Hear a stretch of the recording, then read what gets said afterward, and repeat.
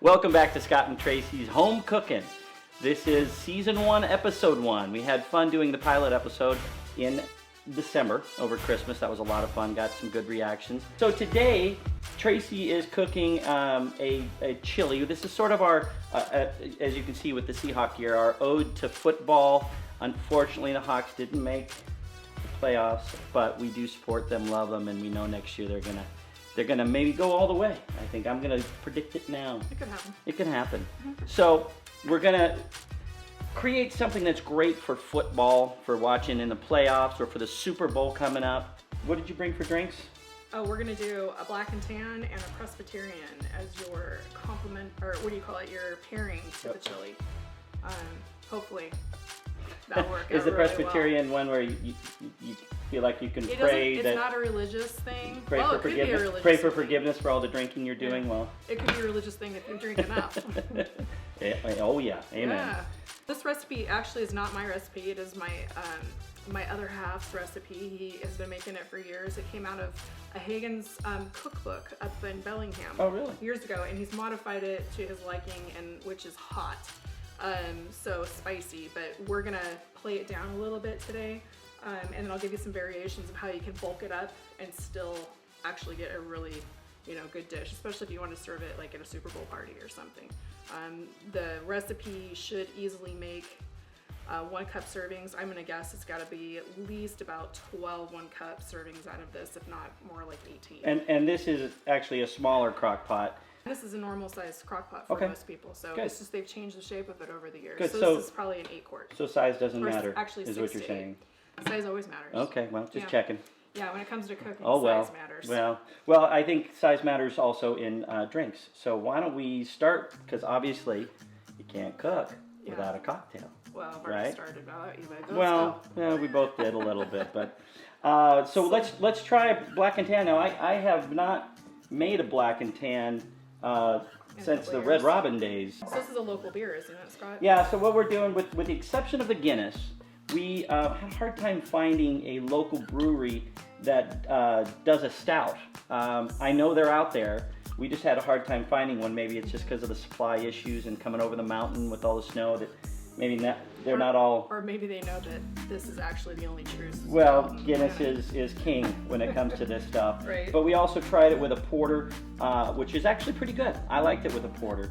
But we're going to do it with the Guinness this time. But we have Scuttlebutt Brewery, which is up in Everett. Fantastic place.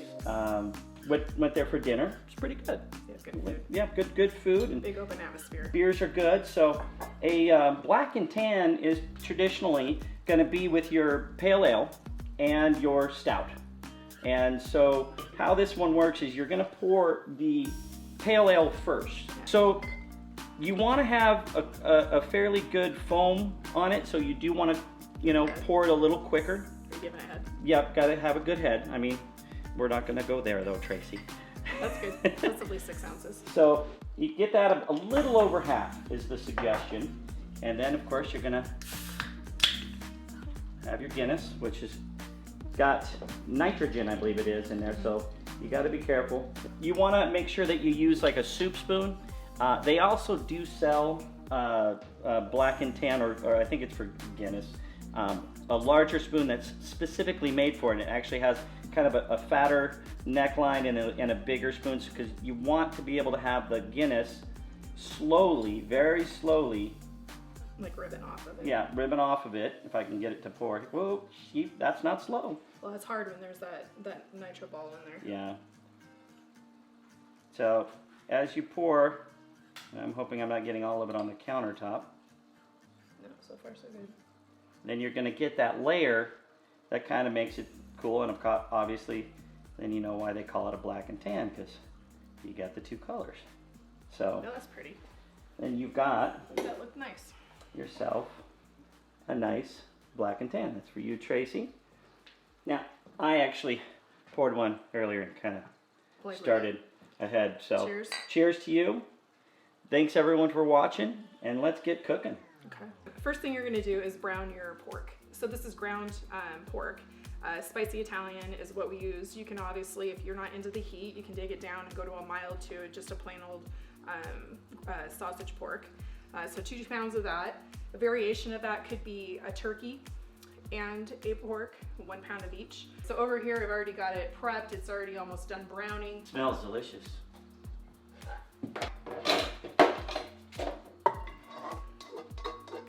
And because we're using the fat from the pork, that's already, glazed our pan. Right.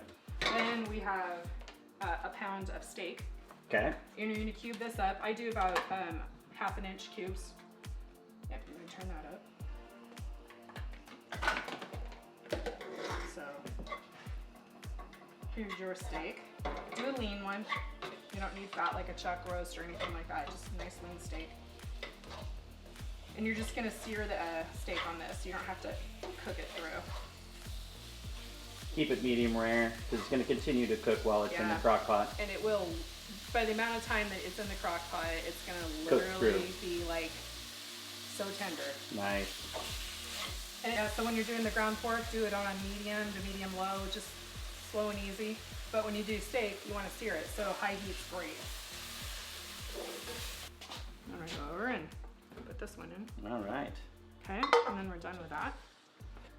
I don't know about you, but I've only recently become somewhat addicted to the TikTok and Reel and whatever all the other terminology is.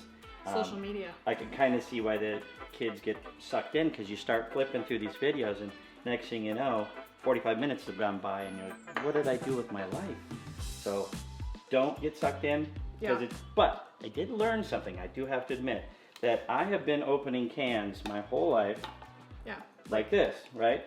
Well, on TikTok I learned you open it from this way, I think, isn't it? There it is. So you open it this way, not on the angle, and when you do that, you create the smooth edge on the lid. So when you pull it off, you're not going to chop your fingers off with the sharp edge. See, this edge is smooth. Yeah, you're just the sharp is a little more here, but it's not as bad. But when you grab this, what you're doing is you're releasing the actual lid from the can. Exactly. The manufacturer. I guess that's how we're supposed to do it. Okay. I never knew that. We'll go ahead and put that in since you're standing there. Yeah. So this is going to be 28 ounces of diced tomatoes. Tomatoes. And you know what? You can use any of your favorite brands, but I am certain things like canned foods. I actually just go with store brand because you save a lot of money. So we're gonna go with that, and then we're gonna do 15 ounces of tomato sauce, just plain sauce. These guys are nice because you just pop it and make it easy for you. Nothing to it. Okay. I'm gonna take this. And you can do 2 6 ounces or 1 12 ounce of tomato paste. Tomato paste. Okay. And then we have, I believe this is 4 ounces of diced green chilies. Okay, and then to top it off, then we're gonna do, it's 1 red bell pepper chopped. So you actually, when it comes down to this kind of stuff, it's whatever texture you're into. Right, if you want big chunks or if it's just for flavor. But the truth is, if you chop things up, you get more distributed through the dish. So it's actually every bite instead of every couple bites, or you're gonna get some yummy stuff. Okay. And we are a shortage of onions if you have not figured that out yet at the grocery store. So today when I went to pick up my last ingredient, this is all they had. So normally you use 1 medium to large onion. Woo! I know, and red onion is always very crying here. Use a yellow onion though, because it has more flavor than a white onion. Okay. And it's 1 large to medium. So you prefer white onion in this? I would prefer it, but you know what? It's going to take on a nice flavor anyway. And then here's where, we'll go with this one first. This is an Anaheim pepper. You want to do 2 medium Anaheim peppers. Same thing, you want to dice it up. Okay. And you can't see it yet, but this is getting pretty in color. And then it's 3 jalapenos. Now the jalapenos that I have been finding are about, I don't know, that's like 4 inches. Okay. All right. And they're, so as if you don't know this already, if you leave seeds in, it's spicier, it's hotter. If you take them out, it miles it up. So today we took them out.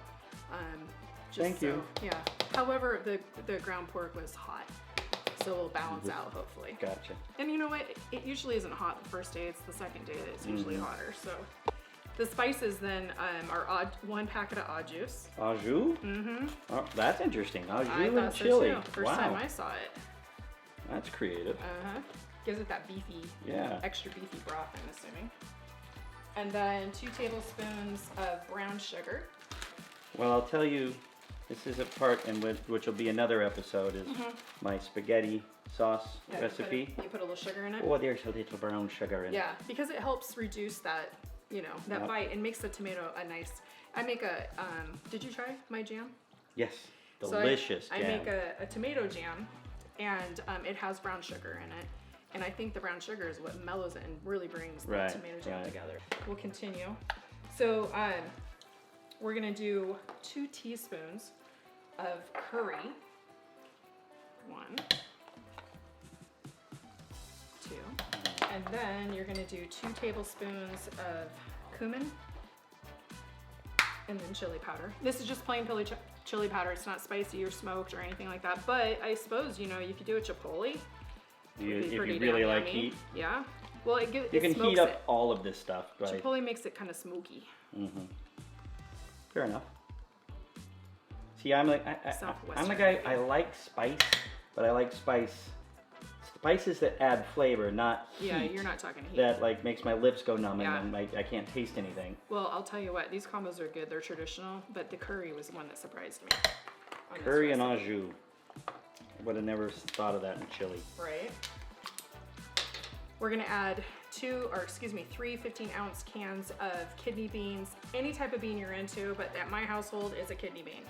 The trick here is you're gonna wanna rinse these though. For some reason, the recipe calls it to be rinsed. So which we did ahead of time. And then, the reason I didn't do this in advance is because I gotta tell you about this tool. So years ago, my mother signed my daughter up for a program, which I'm sure a lot of people with kids have heard of. It's called Radish.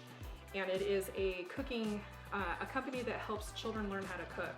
And every month you can subscribe and they will send you a box. And it has, I believe it's like 3 recipes. Usually it's like 2 entrees or an entree, a side dish, and a dessert. And they send a gadget, which is the tool you're using right now is one of the gadgets. I kind of stole them from my kid because I kind of fell in love with some of the stuff. Yeah. Yep. And one of them, this is not it because I totaled her other garlic press. Because I liked it so much, I overused it. It was plastic. But anyways, I grew up with a press, like a lot of us did. And I also remember my dad handing that off to me as the job I would do when we did steak. And it sucked because then you were responsible for cleaning the press. Oh yeah, no thanks. Oh man. No thanks, that's no fun. Truth is, when I tried this, it was this little rocker. And it just had the little, opening. And then this year I needed a new one because I broke the other one. And my kids all got one of these for Christmas. Well, hey man, whenever you find something good. Oh my gosh, it's the best. So one year I gave everyone a breakfast sandwich making. Nice. From Hamilton Beach, and you put the egg, the ham or bacon or whatever you like. You put the cheese. You put the I have one of those. And you just stack it all together. Cooks it all at the same time. Yep, it's a McMuffin. I love those things. Yeah, we have those. It is a good one. Look at that. So, anyways, you just rock it and then it fills. Look at that. You don't have to sit and chop all day. And this one, I wish I brought the box, but this one actually came. I got it on Amazon, and it actually came with a beautiful box. It was like woo, right? And it had the peeler, so it's a plastic round tube, and you put the bulb in it, or the clove, and you roll it. Right, yeah. And it's supposed to skin it. I've seen something like that. It's like hit and miss for me. Depends on my mood. So the recipe actually calls for about 6 large cloves. Look at that. That's fantastic. And it used every bit of it. Yeah. Really, honestly, let me look at my recipe really quick, but I think that is it. That is, oh no, wait, the most important ingredient ever. It's the beer. Where's the beer? So where is the beer? Right here? Yep. So these are 2 12-ounce bottles of port. You found these at Scuttlebutt. Well, yeah, Scuttlebutt is, like we said, up in Everett and local, but you can also find this. They had these at, what is it, Wine and More or whatever that large liquor store is. Yeah, Wine and More. A lot of, like Fred Meyer, a lot of local grocers will carry some of the local brews, which is nice. So we're going to add 2 12-ounce, or 2 12-ounce bottles of port. And I'm gonna tell you, if you're going, oh, but I don't want my chili to taste like beer, it doesn't taste like beer. It just adds the level of the boldness of it. It's really quite good. So you mix, you turn it on low. We usually get this going by about 8 o'clock in the morning. Dinner time at our house is around 6 o'clock. So make sure you stir it every hour or so, just in case you have a crock pot like mine that cooks a little hot in one area, so it's not burning it to the side. So this looks great. Where did I put the lid? There it is. Lid on and boom. There you go. And it's magic. So we'll wait for that to cook up and then we'll give it a taste. All right, well, we've gotten the chili has cooked and got it all ready to go. We have one set up here, the dairy version with cheese and sour cream. The non-dairy version for me because I don't eat dairy. Although there is some great sour cream called Better Than Sour Cream made by a company called Tofutti. I know it sounds funny, but it's delicious. It really does taste like regular sour cream. So I also made a cornbread muffin. It can be, sourdough bread works really well with this if you need a bread to go with it or whatnot. It's good on its own, but we decided to, little movie magic and do some cornbread muffins. And actually, this I won't do from scratch. Never made it from scratch in my life because why would you when you have Jiffy? And Jiffy's dirt cheap. I just added a 1/4 cup of bacon bits, which you could obviously cook up yourself, but why would you when it's in a bag and already ready for you? Well, everything's better with bacon. Yeah, so. Everything is better with bacon, that's for sure. And then I did also a tablespoon of dried chives. Oh, okay. So I mixed it together. Give it a little more. Yeah, and I think the only thing I would change about this particular recipe is I probably would preheat and drizzle maybe 2 tablespoons of butter into my batter mix. Okay. So with this Jiffy, read the directions on it. It's pretty simple. It's like 1 egg and a little bit of milk, and then so there is milk in it. That's all right. So you know. A little bit's okay. But I think you can easily do a cashew milk or an almond milk with this because it's really about more about getting it wet than it is the dairy. Right. But anyway, so mix it and then you have to let it rest and then you spoon it in. And I would say if you make cookies like I do with like ice cream scoopers, it would be the largest one. It's about 2/3 full. All right. Then you bake them for 15-20 minutes and voila. So here we are, but we're gonna make a complimentary drink on top of our black and brown called a Presbyterian. The beer is while you're watching football, but sometimes you want a cocktail because beers can get kind of filling. So you're going to teach us how to make a Presbyterian. I guess I'm going to do the Presbyterian. Yeah, so it's 1.5 ounces of whiskey. Scott found this great whiskey locally. Actually, this is our boss, isn't it? Yeah, Scratch Brewery or Distillery, I should say, in Edmonds, Washington. So, like I said, we're trying on all of these videos. We're going to try to use local companies. We want to support our communities. So, if any of you know people in the industry, shout out to us. We'd love to use their product when we do these videos and maybe even visit their locations. And taste testing is very important before you actually purchase. Yeah, there you go. So what are you putting in here? So this is 1.5 ounces of whiskey. Okay. And then we are going to do 1.5 ounces. What? You told me to measure. Well, you did. Well, you did a wonderful job. That's not fair. All right, well. Why am I using your little fancy tools? Well, we got to show everyone with the Forget proper. Your fancy twos. Right. And then it's 2 ounces of club soda. 1, 2, 1, 2. And then 2 ounces of ginger ale. 1, 2. And actually, I probably should do 3, 4. Because I just doubled. Because we just added a little more whiskey to it. Yeah, let's add a little more ginger ale. All right, so technically 1.5 ounces of whiskey, 2 ounces of ginger ale, 2 ounces of club soda. Okay. And then we're gonna do it calls for a twist. A twist? Of lemon. And as you were explaining to me, I was like, what exactly is a twist? Well, again, normally a twist would be, there's a tool that kind of actually will make it even smaller, but cut that in half. Yeah, it actually is really good for other things. As you pull it across the lemon, it actually twists it for you in a way. So here you can kind of just take a lemon, and when you give it a twist, it helps bring out the oils from the rind, and that actually is kind of a part of it. Or you break it in half like I do, and you throw it in, and you don't care.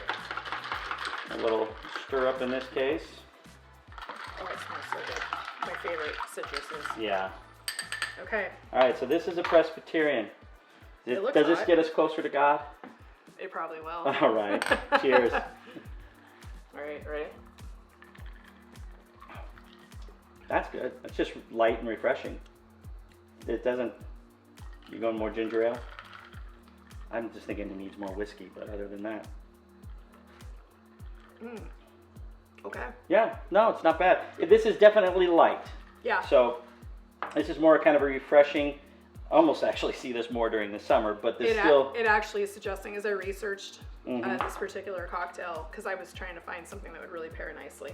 And cocktails and chili don't really normally go together. Yeah, no. So, but this was one that was suggested, and as I was researching it, it actually identified as probably being more of a summer barbecue drink. Yep. But this would be good for guys like myself who don't like super hot. So when I start to feel like it's, Your heat's too this much? is going to help kind of cut that down.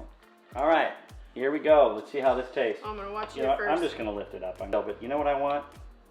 You want a piece of meat? I want to see where, I'm trying to find the steak. It may have already broken up in there. Yeah, it's gotten smaller, yeah. Yeah, it's tender All right. right now. Well, I thought you said size matters, but all right. Oh, that's good. That's really good. That's not bad, huh?